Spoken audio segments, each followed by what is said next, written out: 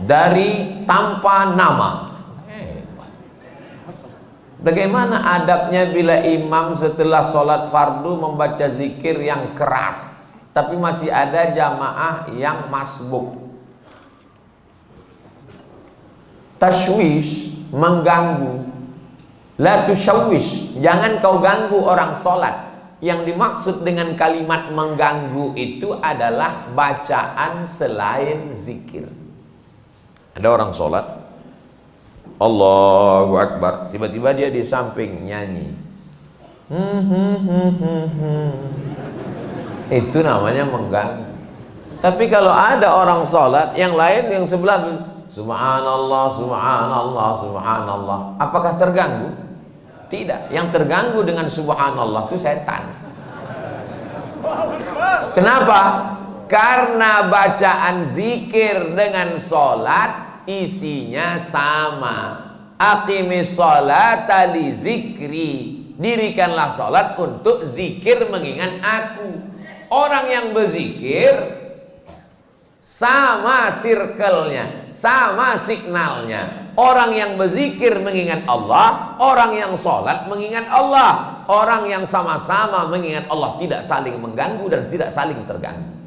Jadi kalau ada orang sholat, orang sebelah itu berzikir, tapi zikirnya mengganggu, dua kemungkinan. Yang sholat itu setan atau yang berzikir itu setan.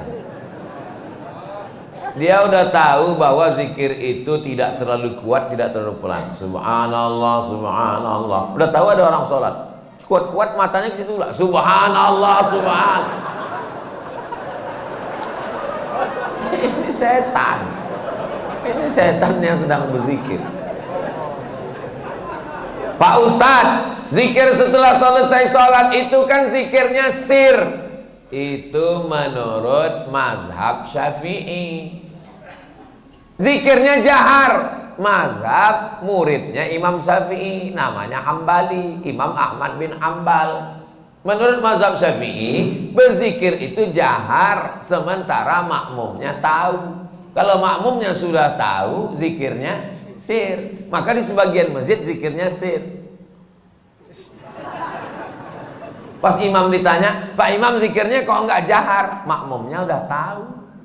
Ustaz Somad kalau jadi imam bacanya, saya kalau jadi imam zikir saya jahar. Kenapa Ustaz nggak baca sir? Karena makmum saya ada 3 orang nggak tahu. Yang pertama anak kecil, dia nggak tahu. Yang kedua mu'alaf baru masuk Islam. Yang ketiga orang tua udah tahu cuman lupa. Maka mereka dikasih tahu. Anak-anak ini pulang ke rumah, nanti ditanya sama emaknya, nah zikir di masjid tadi apa? Tapi kalau saya zikir kuat, dia tahu Subhanallah, Subhanallah, tapi tidak terlalu kuat. Nggak mungkin juga orang di masjid zikir sampai Subhanallah, Subhanallah. Kau zikir apa ngamuk?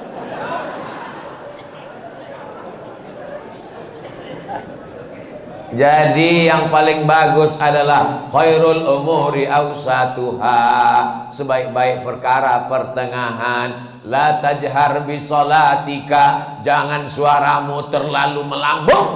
Wala tukhafit biha, jangan pula terlalu tersembunyi. Wabtaghi baina dzalika sabila, carilah jalan tengah.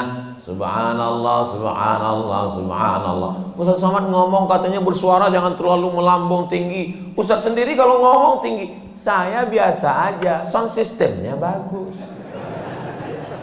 Ini masjid bagus. Saya dikasih nasihat sama ketua DMI, Dewan Masjid Indonesia. Tolong Ustaz Somad kalau ceramah itu di mana-mana kasih tahu supaya perbaiki sound system. Karena 80% fungsi masjid ada sound system. Suara imam dengan sound system, suara khatib dengan sound system, suara ustadz ceramah. Kadang kita mau pengajian suaranya nggak jelas. Ada jenis mikrofon itu ustadz itu suaranya seperti kumur-kumurnya.